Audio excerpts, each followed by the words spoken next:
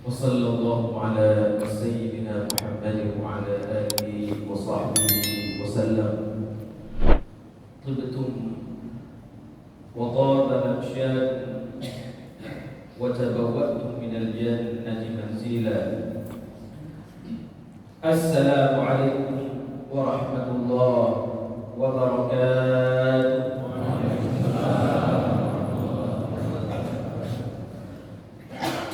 الحمد لله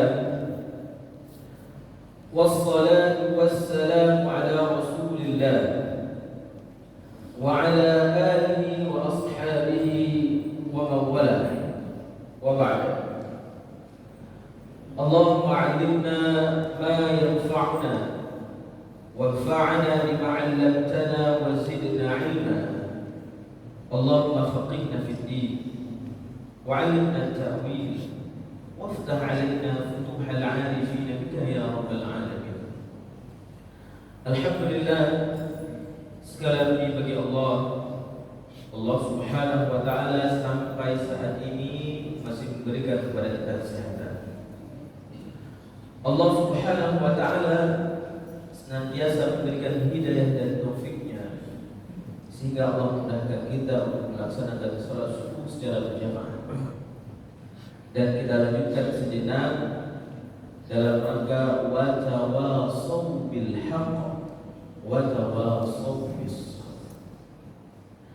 Yang kami muliakan para guru-guru kami yang berhadir pada kesempatan ini, utamanya guru-guru kamu yang dari kampungnya, ibu-ibu, dan guru-guru yang lain yang tidak mungkin saya sebutkan satu persatu. Saya ketika dihubungi oleh Ustaz Irwandi selalu menolak untuk berhadir di BBC ini. Saya merasa belum cukup soleh untuk berada di depan guru saya semuanya. Karena yang saya lihat dan biasanya mengisi BBC ini adalah Ustaz Mursalin Bashar, guru saya, Ustaz Khairul Rafiqi, guru saya, dan guru saya yang lain. Saya masih jauh berada di level mereka. Namun pada kesempatan ini izinkan saya untuk duduk di depan guru-guru saya semuanya untuk belajar berpidato, menyenam apa yang salah, di mana saya silap nantinya. Tolong diberitahu, tolong diajarkan, tolong dituntun, karena saya ini masih sangat muda.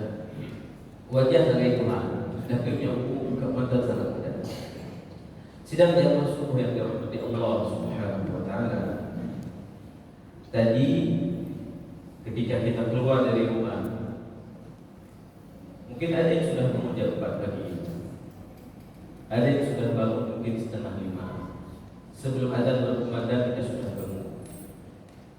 Lalu ketika kita keluar dari rumah, pertama mungkin yang kita lihat adalah rumah tetangga. Rumah tetangga kita lampunya masih mati, belum hidup. Bagaimana perasaan kita ketika melihat saudara kita tersebut? Lalu kita berjalan menghidupkan kendaraan. Ada yang naik motor, ada yang menerapkan mobil. Kita melewati jalanan. Gedanya tajak masjid, ulunya bangku.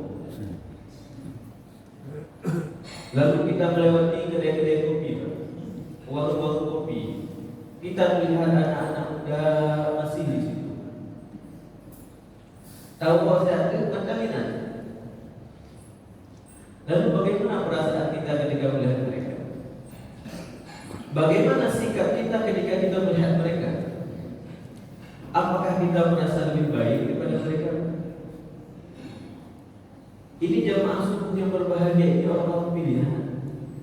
Tidak semua orang diberikan hidayah dan taufik oleh Allah untuk bisa sholat subuh berjamaah.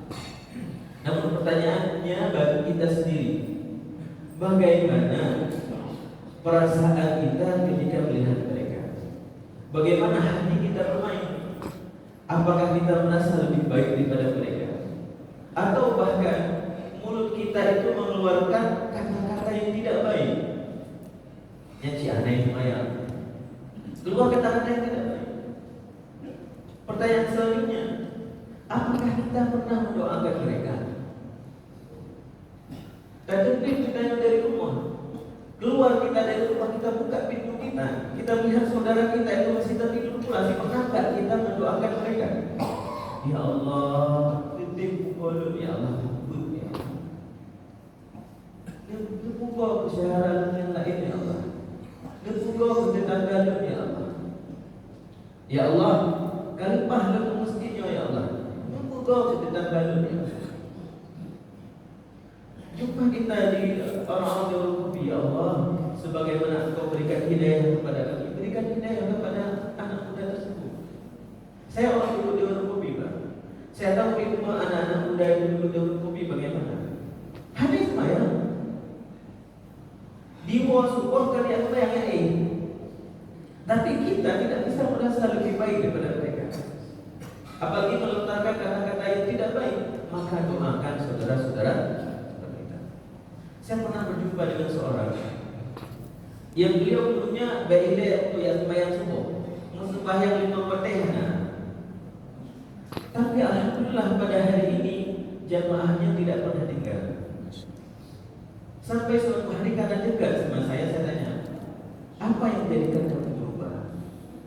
Apa yang menjadikan kamu berubah? Katanya, saya setiap malam itu selalu berusaha untuk bisa sholat subuh.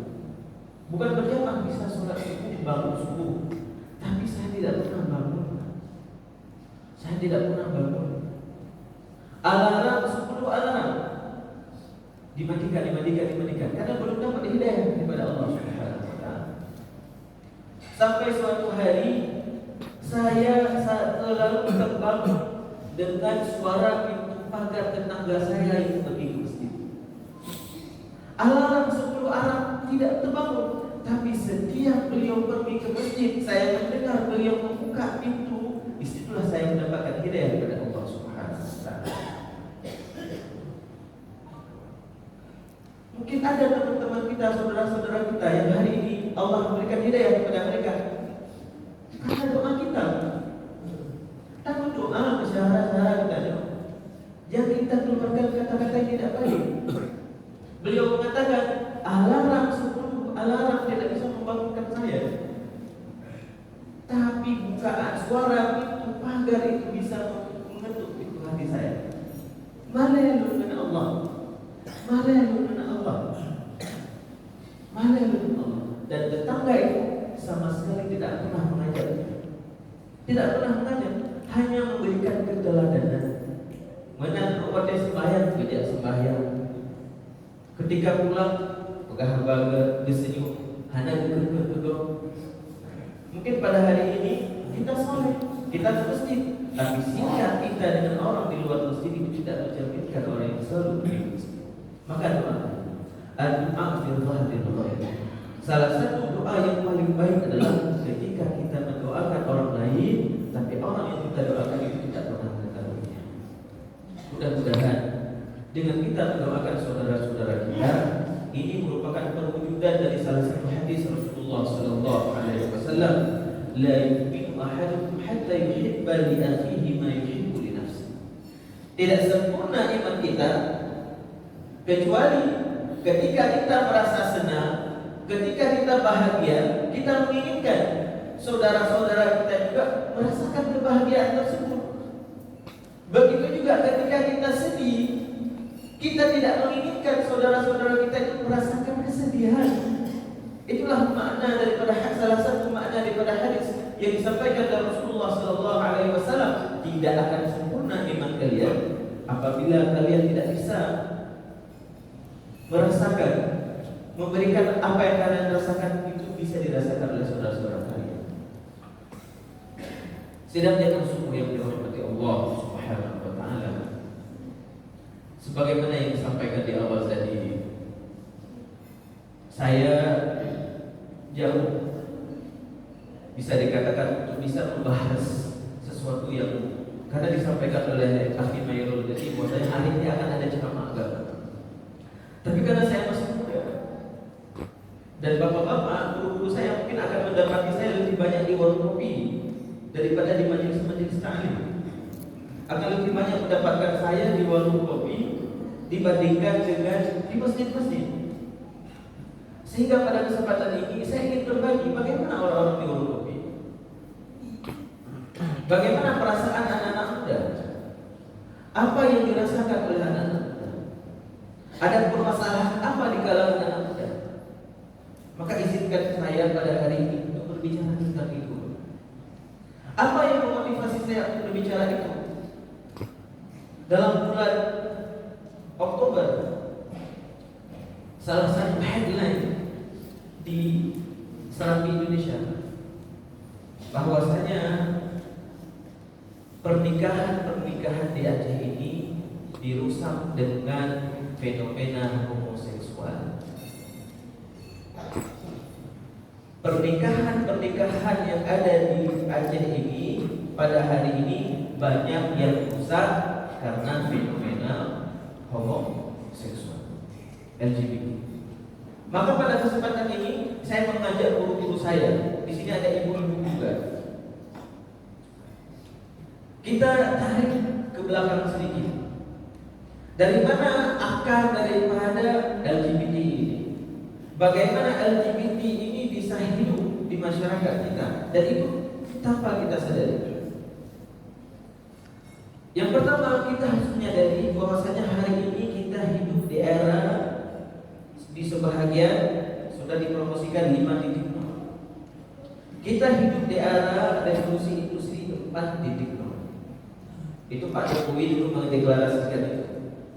Kita hidup sekarang Indonesia memasuki era revolusi industri 4.0. Saya tidak mau berbicara 5.0 karena 4.0 saja. Jangankan kita masyarakat awam, para pejabat publik saja yang mereka dikursus secara khusus untuk memahami itu tidak paham. Saya tidak katakan semua, tapi banyak yang tidak paham. Maka kita sadari sekarang bahwasanya kita hidup di era revolusi industri yang keempat. Apa itu era revolusi industri yang keempat? Yang pertama, era revolusi industri yang pertama adalah ketika manusia menemukan mesin kuat. Saya berbicara secara ringkas pada itu tentang ini. Ketika manusia menemukan mesin kuat, maka manusia memasuki era revolusi industri yang pertama. Selanjutnya, ketika manusia Ford menemukan mobil, ketika Ford berhasil menciptakan mobil, itu pertanda manusia memasuki era revolusi industri yang kedua. Selanjutnya, era revolusi industri yang ketiga itu ditandai dengan ditemukannya komputer. Dan yang terakhir yang kita pahami pada saat ini, kita memasuki era revolusi industri yang keempat. Apa itu? Ketersambungan daripada era teknologi sebelumnya, yaitu ditemukannya komputer. Ketersambungan. Apa ciri-cirinya, Pak? Apa ciri-ciri, salah satu ciri kita hidup di era revolusi industri yang keempat ini adalah ketersambungan antara tubuh kita sebagai manusia itu dengan cyber. Salah satunya, bukan semuanya. Salah satu ciri adalah ketersambungan antara tubuh kita ini sebagai manusia dengan cyber, dengan teknologi. Oke. Saya berikan gambaran sederhana pada hari ini. Mana gambaran sederhananya? Hari ini Bapak kalau pergi ke Blang Padang, jam segini sudah ada orang lari, bahkan malam juga ke Stadion Harapan Bangsa, ke Darussalam, itu banyak orang yang olahraga. Hampir semua yang berolahraga itu, Pak, itu memakai smartwatch, jam. Yang smartwatch itu, atau ada sebahagian aplikasi yang ada di HP, itu bisa menyambung aktivitas kita. Dia bisa tahu berapa detak jantung kita. Dia bisa mengetahui berapa langkah kaki kita pada hari ini. Ini gambaran sederhana, Pak. Bagaimana pada hari ini tubuh kita ini secara manusia ini terhubung dengan cyber, dengan teknologi. Lebih jauh lagi, Pak. Hari ini bapak-bapak menelpon pakai telepon. Dengan anak muda rasanya ini, dan telepon orang, Assalamualaikum, dia lebih jampen dia. Karena sekarang kalau SMS banyak yang dihack, banyak yang dihack. Orang biasanya memastikan dalam telepon. Anda meminjam uang kepada orang lain, dan tiba-tiba ketika kita buka sosial media Pak, buka HP, tiba-tiba keluar iklan pinjaman online. Bapak, mohon maaf, ada teman saya, dia kotak, sudah tidak ada rambut, biasanya pakai peci. Selama seminggu tidak pakai peci, dia upload foto tidak pakai peci. Tiba-tiba masuk di sosial medianya iklan obat penumbuh rambut. Ya. Bagaimana teknologi ini mendeteksi tubuh kita, Pak? Lebihnya lagi bagaimana, Pak? Chattingan Bapak di WhatsApp. Bapak kalau sering chatting di situ tentang pembangunan, tentang apa, akan keluar ketika Bapak membuka sosial media atau apa, iklan-iklan seperti itu atau rekomendasi seperti itu. Selanjutnya, apa yang Bapak cari di YouTube? Apa yang Bapak cari di YouTube? Pencarian di YouTube. Itu juga akan direkomendasikan. Sehingga apapun yang kita kerjakan itu ada yang disebut dengan algoritma, Pak. Ada yang disebut dengan algoritma. Mungkin dulu waktu kita di sekolah, kita mendengar di pelajaran matematika, ada yang disebut dengan algoritma. Jadi kita itu punya algoritma, Pak. Dalam bersosial, kita hidup di era sekarang, setiap kita itu punya algoritma, sehingga orang kita bisa melihat ini algoritma dia seperti ini, dan itu didetek oleh teknologi, dan itu didetek oleh apa? Oleh aktivitas kita setiap hari. Lalu apa hubungannya dengan kesalihan kita, Bapak? Mereka ada yang disebut dengan algoritma kesalihan. Kita kembali ke kasus homoseksual tadi. Kita kembali kepada kasus LGBT. Saya pada suatu hari duduk di warung kopi. Duduk di warung kopi yang saya biasanya duduk di warung kopi yang tidak ada perempuan. Karena saya bisa bahagia tanpa ada harus lihat perempuan. Yang tadinya kopi kerja kalau ini. Nah, udah kerjanya kopi, dia dulu pakai kopi kita kalau mulai bukan menikmati kopi. Tapi pada saat itu saya duduk memilih warung kopi yang tidak ada perempuan. Tapi tiba-tiba datang sepasang remaja yang umurnya itu saya prediksi dari cara dia berbicara dan bagaimana satu SD, satu SMP. Apa yang mereka bahas? Dia udah tobat belum? Dia belum tobat belum? Aku belum bisa. Aku terbuka. Saya memikirkan itu apa maksudnya karam? Aku di mana laut? Sering dia mandi laut atau dia sering mandi kolam? Bukan. Setelah saya pelajari dan rupanya ini adalah salah satu tren yang ada di anak-anak SMP dan SD pada hari ini, menonton drama Thailand. Sekarang yang paling ada itu drama Cina, Pak. Bahkan menteri-menteri kita itu yang ada yang terkenal, saya juga sibuk nonton drama Cina. Tapi pada hari ini saya tidak membahas drama Cina, membahas drama Thailand. Kenapa ini penting saya sampaikan? Drama Thailand itu, Bapak, awalnya berawal dari komik manga yang ada di Jepang. Kemudian dia berproses sehingga dijadikan dalam bentuk film, dan itu booming di mana? Di Thailand. Karena Thailand itu salah satu daerah yang mempromosikan sektorisme. Orang dengan semangat kapitalisnya itu mempromosikan wisata seksual. Sehingga banyak dari mereka itu sebenarnya normal, tapi karena ada akses ke ekonomi yang menjanjikan sehingga masuk ke sana. Pada akhirnya drama-drama Thailand itu bernuansa LGBT. Apa keywordnya? Apa kata kuncinya? Kata kuncinya adalah boys love dan girls love. Kisah-kisah yang menceritakan bagaimana percintaan antara laki-laki dan laki-laki. Boys love. Ada yang disebut dengan GR, girls love. Dan yang paling berbahaya pada hari ini adalah apa? Selain mereka ini, para penikmat ini lagi fans Real Madrid dan Barcelona. Zaman El Clasico lo kudu nonton bola aja. Hana pakai yang mau aja apa ujalan yang kurang hana. Ngumpul si raja menang utang hana kurang lagi. Hari ini anak-anak kita dan itu jadi bom waktu bagi kita bagaimana aktivitas. Begitu ada El Clasico misalnya, mereka itu akan turun ke jalan-jalan. Dan itu terbentuk dari mana? Dari algoritma mereka juga. Film Thailand ini juga ada pendukung-pendukungnya yang sangat ekstrim, Pak. Bahkan pemeran daripada artis-artis itu di-setel oleh para fans. Kamu istilahnya makanya dari kamu tak bisa karam.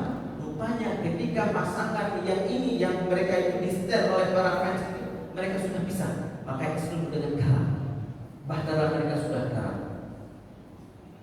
Kemudian Bapak, yang paling berbahaya daripada drama Thailand ini apa Pak? Tersedianya di YouTube. Tersedianya di YouTube. Mohon maaf Pak, kalau video-video yang tidak baik lainnya, mungkin dia harus mengakses ke platform tertentu. Lalu bagaimana dengan drama Thailand ini? Drama Thailand ini bisa diakses di YouTube dengan free. Dan bahkan itu kadang-kadang ditonton oleh anak-anak kita di depan orang tua. Karena ketidaktahuan orang tua terhadap drama Thailand ini, ibu ditanya sama ibunya, nah kamu nonton apa? Ini drama-drama remaja, kan kegalan perempuan dan perempuan, apa-apa. Ini kan drama laki-laki dan laki-laki, apa-apa. Tapi mereka tidak sadar kalau itu adalah LGBT. Sehingga apa? Saya tidak berbicara yang lain. Yang paling rendah adalah fitrah mereka itu agak besar. Orientasi seksual mereka tidak agak besar. Itu faktor yang pertama yang harus kita sadari. Maka ketika saya mengetahui tentang apa yang terjadi di anak muda ini, karena latar belakang saya, pendidikan S3 saya itu tentang lapangan, tentang sosial masyarakat, saya menyadari bahwasanya video ini akan berdampak negatif. Bahwasanya masifnya drama-drama Thailand ini yang ada di tersedia di YouTube ini akan memberikan dampak negatif dan akan ada korbannya. Itu masih hipotesa dari saya, perasaan saya. Sampai pada suatu hari, ini penyebabnya dua. Yang pertama tadi teknologi. Kita harus menyadari bagaimana teknologi itu bekerja. Bagaimana teknologi itu bekerja. Selanjutnya, yang menjadi permasalahan adalah ketika saya mendapati salah satu fakta, berjumpa dengan salah satu konselor keluarga, diceritakan bahwasanya ada satu fakta keluarga. Ini berawal daripada konflik rumah tangga. Seorang suami sering sekali melakukan kekerasan rumah tangga terhadap istrinya. Baik kekerasan secara verbal atau kekerasan di tangan. Gepoh kan dia bro, gepoh dia. Hadir ke bijak mesti tapi aku rumah yang kui hajar ke rumah. Dia sering ke masjid, tapi mulutnya terhadap perempuan, terhadap istrinya itu hanya dengan haji kunjung. Sehingga itu apa? Berdampak secara psikologis terhadap anaknya. Berdampak secara psikologis terhadap apa yang dirasakan oleh anaknya. Ketidakpercayaan lagi terhadap laki-laki. Dia merasa semua laki-laki itu sama seperti ayahnya, yang tidak bisa menghargai wanita, yang tidak bisa menghormati wanita. Sehingga pada ujung-ujungnya apa yang dia kerjakan, Pak? Dia mencari pasangan perempuan. mencari pasangan perempuan. Awalnya tidak diketahui, Pak. Kenapa? Ada temannya yang sering menginap di tempatnya. Di tempat, kan teman perempuan. Boleh kamu boleh bawa teman, tapi jangan bawa lawan jenis ya. Wah, datanglah bawa temannya perempuan. Kemudian selanjutnya dia juga sering berkunjung ke tempat teman yang perempuan yang lain. Sampai pada suatu hari ibunya terkejut. Apa yang terkejut, Pak? Ada anak perempuannya itu sudah mencepak rambut. Orangnya nanti kala dua bapak kedai bunyi dilewat bapak jalan perempuan yang sudah cepak rambutnya. Perempuan, Pak.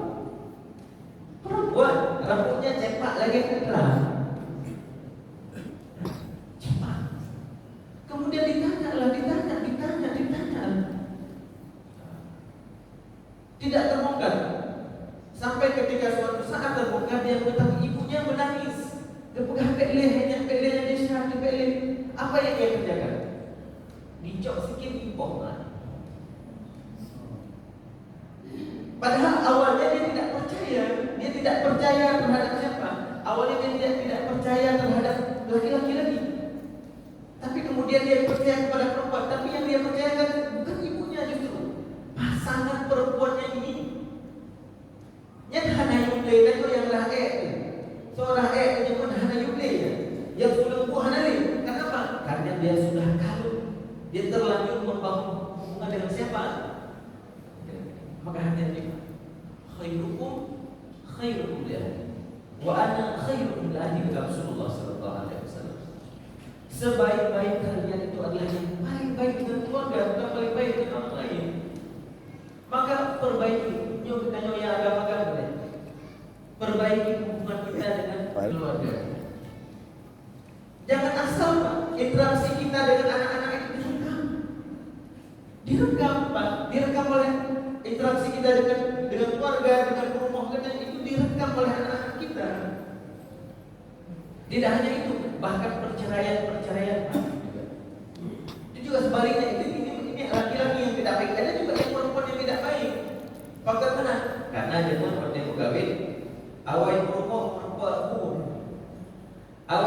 yang diangkat sebagai PNS, sehingga kembali kau pegawai wujud yang putusan tentang kawinan. Maka karena awal kaya kawinan matlaga yang kuat kawinan, dan itu juga interaksi seperti itu direkam oleh anak-anaknya, sehingga ketika si perempuan ini meninggal, dia memperlakukan, Pak ibuku dulu bisa kok kayak gitu. Maklum dia kalau lagi ada doa-doa iya, lu berjisilah. Itu direkam, Pak. Direkam oleh anak-anak kita. Maka hati-hati.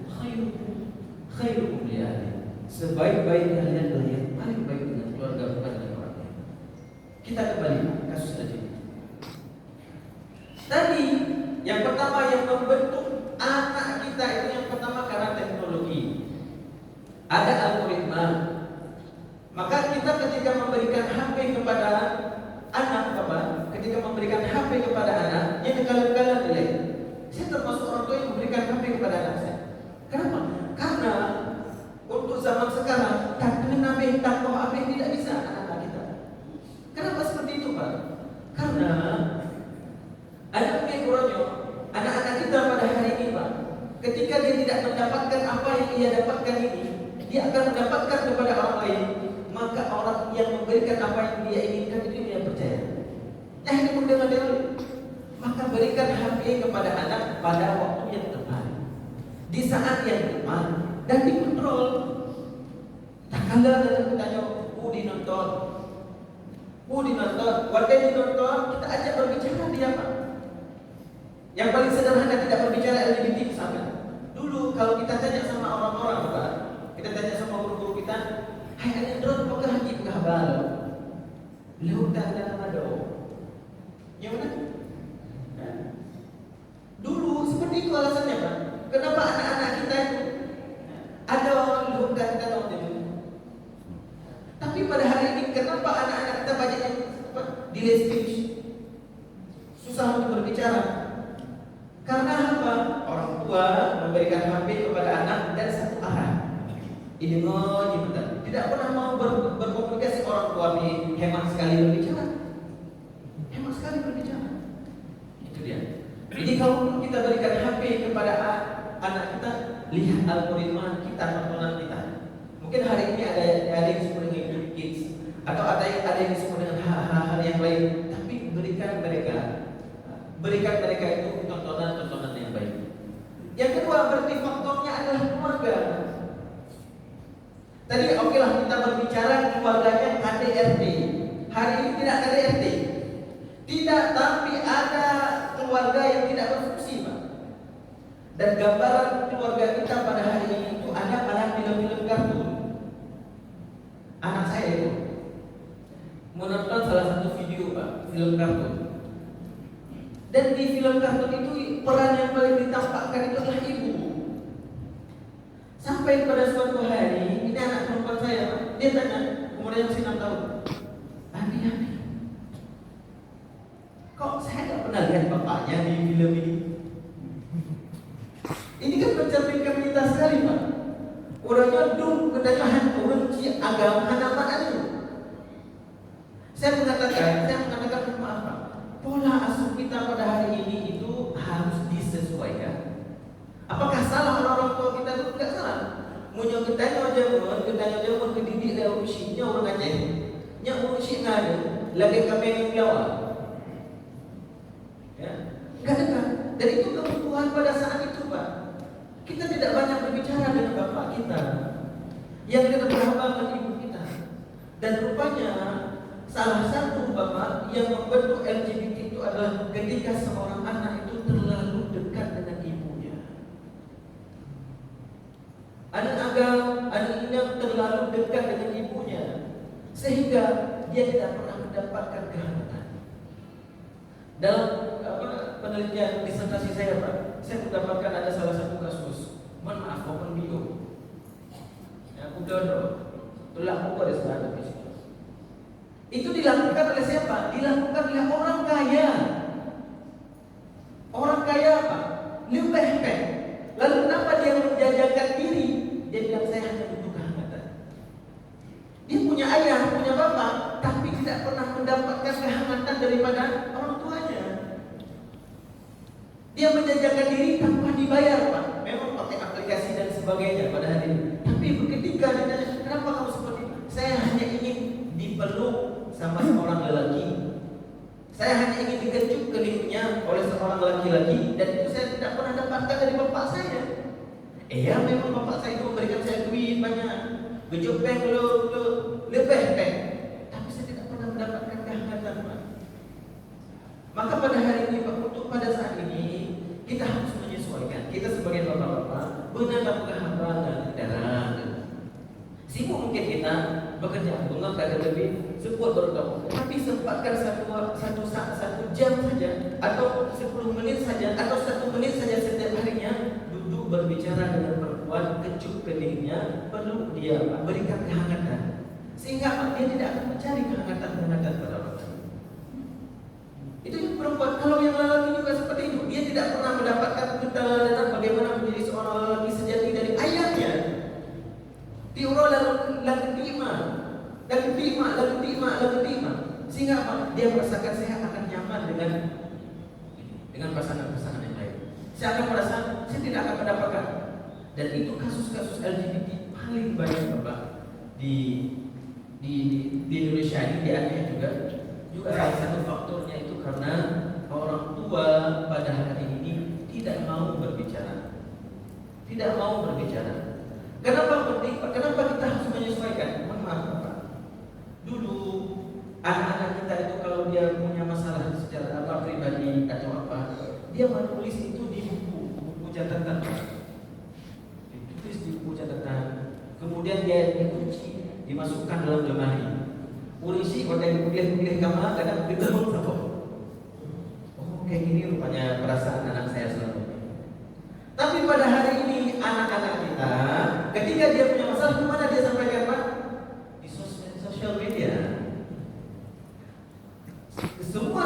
dia sekarang memberikan fasilitas yang selalu terus di-upgrade. Masa kita sebagai orang tua tidak pernah mau mengupgrade pengetahuan?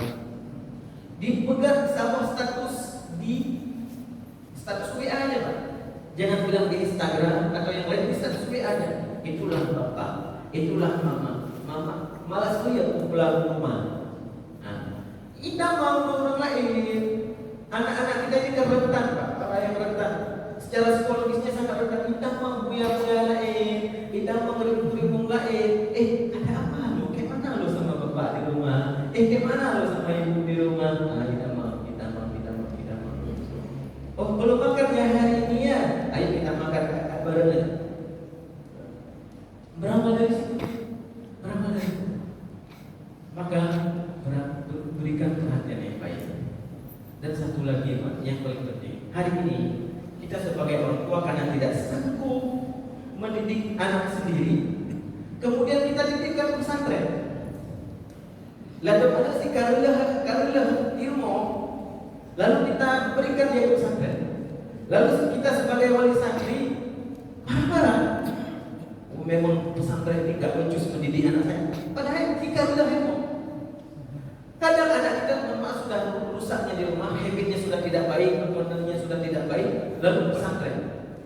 Begitu sampai di pesantren, Pak, padahal kadang dia sudah lupa dengan apa-apa yang dia tonton yang tidak baik, interaksi dia di sosial media yang tidak baik itu, Kemudian kita sebagai orang tua hari ini pergi ke pesantren, kunjungan seminggu sekali, seminggu 2 kali. Apa yang pertama diminta oleh anak kita? Ayah, mana babe? Ayah, mana babe? Diklepot. Ayah, kira-kira hati dia dan babe. Hari ini dia tidak lagi menginginkan melihat wajah kita. Yang dia inginkan adalah sosial media. Dia bisa update apa? Kalau dia punya grup WA lagi, aku udah kawan, udah pada update apa? Kalau dia punya Instagram, yang DM aku abang tuh kemarin pas ada lihat aku udah DM di Instagram kayak gini bahas. Itu. Atau dia cek ini drama ini udah episode apa ya? Dia bisa membaca nggak ada review-nya. Sehingga apa? Urusi urunya yang diintan anak muda ya. Wadah orang juga berbuka abang tentang coba ambil, kasih itu anaknya. Anaknya pakai sosial media, urusi berbuka abang namanya. Dan ini yang kembali merusak, Pak. Mohon maaf, hari ini ada kasus LGBT itu hampir di semua daya pesantren ada. Saya bisa mengatakan itu kenapa? Karena saya alumni daya. Kalau udah daya, saya alumni pesantren, kerja di pesantren. Tapi salah satu faktornya, Pak, karena dia melihat tontonan yang tidak baik ketika di rumah. Sehingga apa? Dilampiaskan kapan ketika di pesantren. Makanya ada pesantren-pesantren yang wajib tidur itu pakai kelip pinggang. Wajib pakai kelip pinggang. Karena ada kemungkinan itu. Anak-anak kita yang kita kembali ke drama Thailand tadi sudah melihat ini ada bisa kok kita laki-laki sama laki-laki. Pak pesantren kan ada menyentuh hina agak. Disitulah terjadi kasus-kasus LGBT antara laki-laki. Oh anak saya ini hafal Quran, hafiz. Enggak mungkin. Saya punya datanya, Pak. Yang pelaku itu perempuan, laki-laki, hafiz. Kenapa? Karena Al-Quran yang dihafal hanya sampai ke tenggorokan. Ditambah dengan orang tuanya tadi mensupport ya, kamu nak kalau nanti hafal 10 juz, saya beli iPhone 16. Saya beli kamu iPhone 17. Pokoknya kalau kamu setiap tahunnya upgrade terus hafalan Quran kamu. Setiap keluar iPhone baru kita upgrade terus. Hari ini iPhone 17 sudah ada. Kita upgrade seperti itu. Maka kembali saya mohon maaf berbicara tentang hal ini dan ini tidak disadari oleh banyak orang. Oke, kita yang hidup di Banda Aceh ini tahu tentang teknologi. Bapak bayangkan kurai-kurai kitanya urut-urut yang hidup dalam kampung. Mohon maaf, pelecehan seksual, kasus-kasus zina di luar itu, mohon maaf sekarang itu kadang lebih parah di kampung, Pak, hari ini dengan di kota. Jamaah subuh itu sekarang jamaah masjid. Makanya ada orang sosial sekarang katakan agama kayak minyak kota.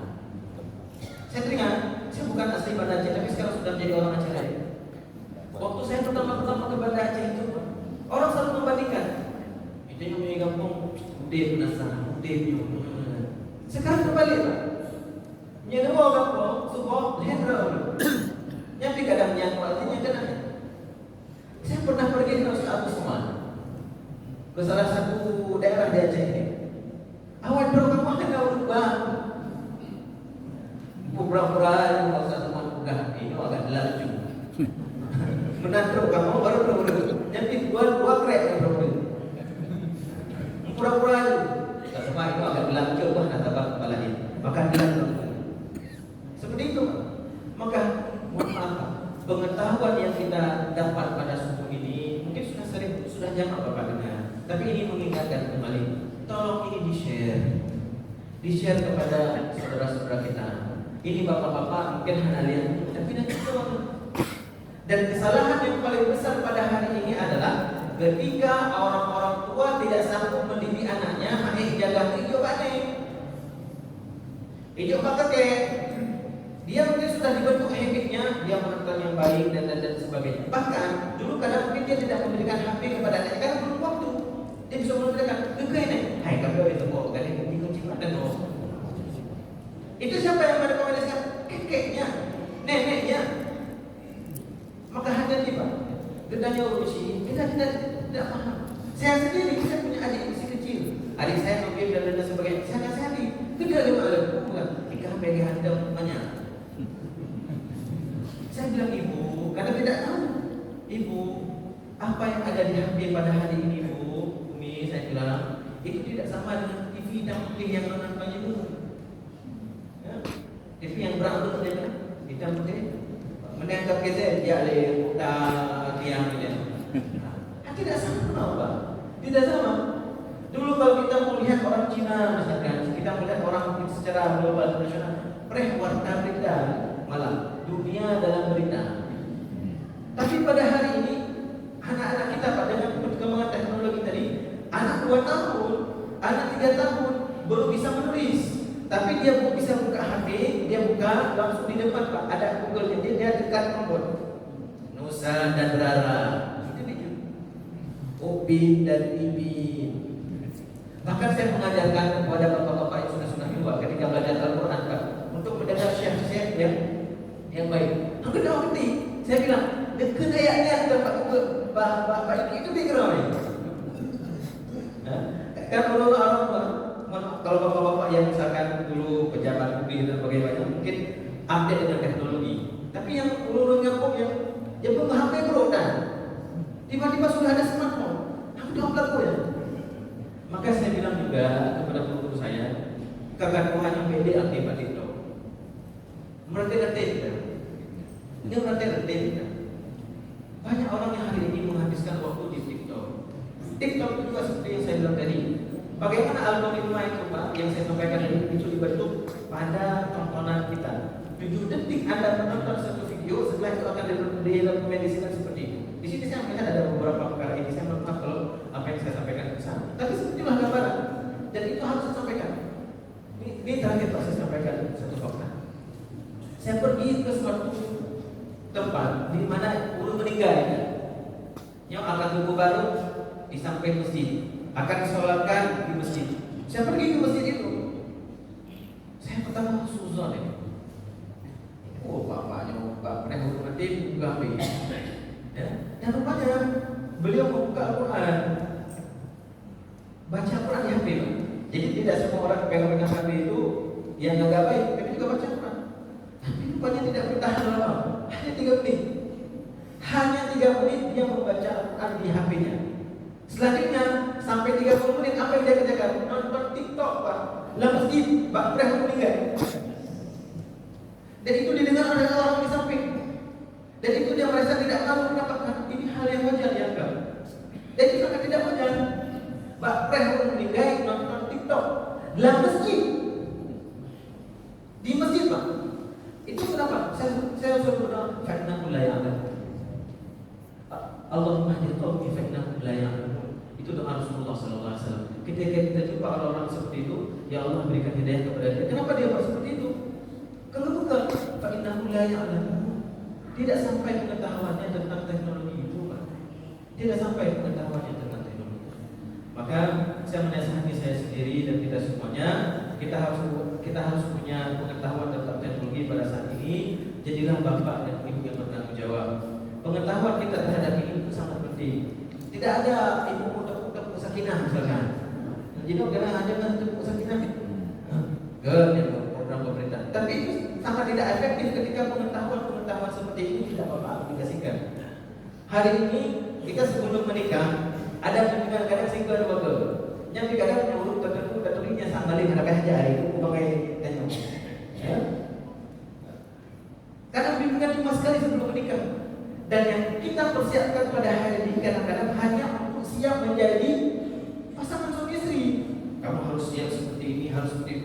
Jarang bapak kita sebagai keluarga, kita semuanya mempersiapkan kamu tidak akan hanya menjadi suami dan istri, tapi kamu akan menjadi bapak dan ibu nantinya bagi anak-anak kamu. Harta bisa dijadi, Pak. Kita mungkin berasa menjadi orang tua yang paling bertanggung jawab dengan kita memberikan materi.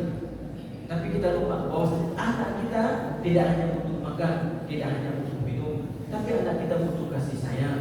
Anak-anak kita itu butuh perhatian. Kita sesuaikan hari ini cara kita mendidik anak-anak kita. Jangan sampai kita beribadah di masjid, kita baik di masjid, tapi anak-anak kita melakukan maksiat bukan di tempat lain, tapi di rumah kita, di dalam kamar-kamar yang kita kunci dengan baik, yang kita beri fasilitasi dengan wifi dan sebagainya. Di akhir daripada majelis ini, mari sama-sama kita doakan Allah. Doakan saudara-saudara kita di Palestina. Kita yang mengecek orang yang pernah katakan bagaimana pedihnya hidup konflik. Saya merasakan juga bagaimana perjuangan pergi ke daya di ke Banda Aceh. 10 L300 itu kok L300 Rokai Pandrah yang timbang model dia. Jangan juga terumpang menyingkai dari kotor. Jangan juga dengan terus limu yang bukan cuma kain dia kotor di sini. Biar kita merasakan konflik, kita melihat di depan mata kita orang ditambak, dan itu hari ini kita melihat saudara-saudara kita di Palestina. Maka ketika kita tidak punya empati sama sekali untuk mempertanyakan, hai menjawab, wah yang rasanya apa yang dirasakan oleh saudara-saudara kita hari ini, Pak? Mungkin kita tidak bisa membantu saudara-saudara kita di Palestina itu dengan apa, dengan harta benda, tapi kita punya doa. Ibadah dengan malam bangun kita. Doa ya Allah, ya Allah, lu orang mengahan di harta lu ya Allah.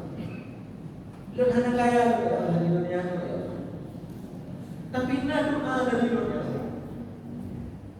Ada untuk di akhirat ya Allah. Sekiranya di akhirat nanti ya Allah, mintanya baru ya Allah. Mintanya usaha ganda.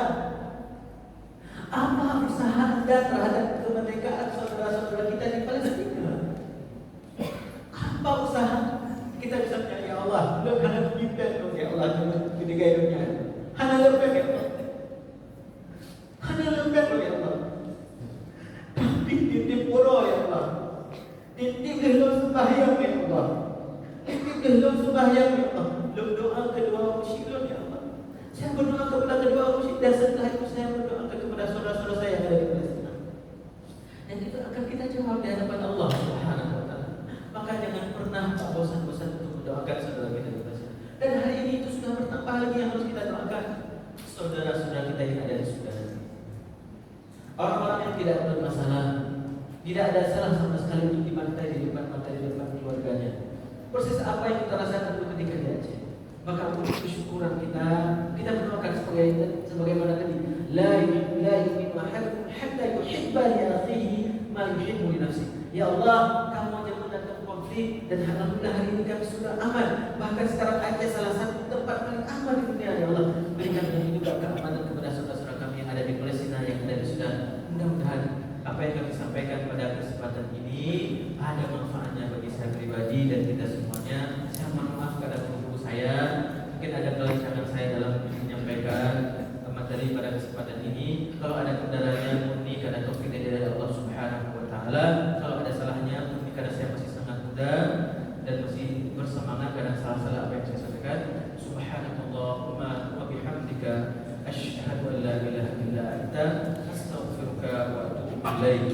Assalamualaikum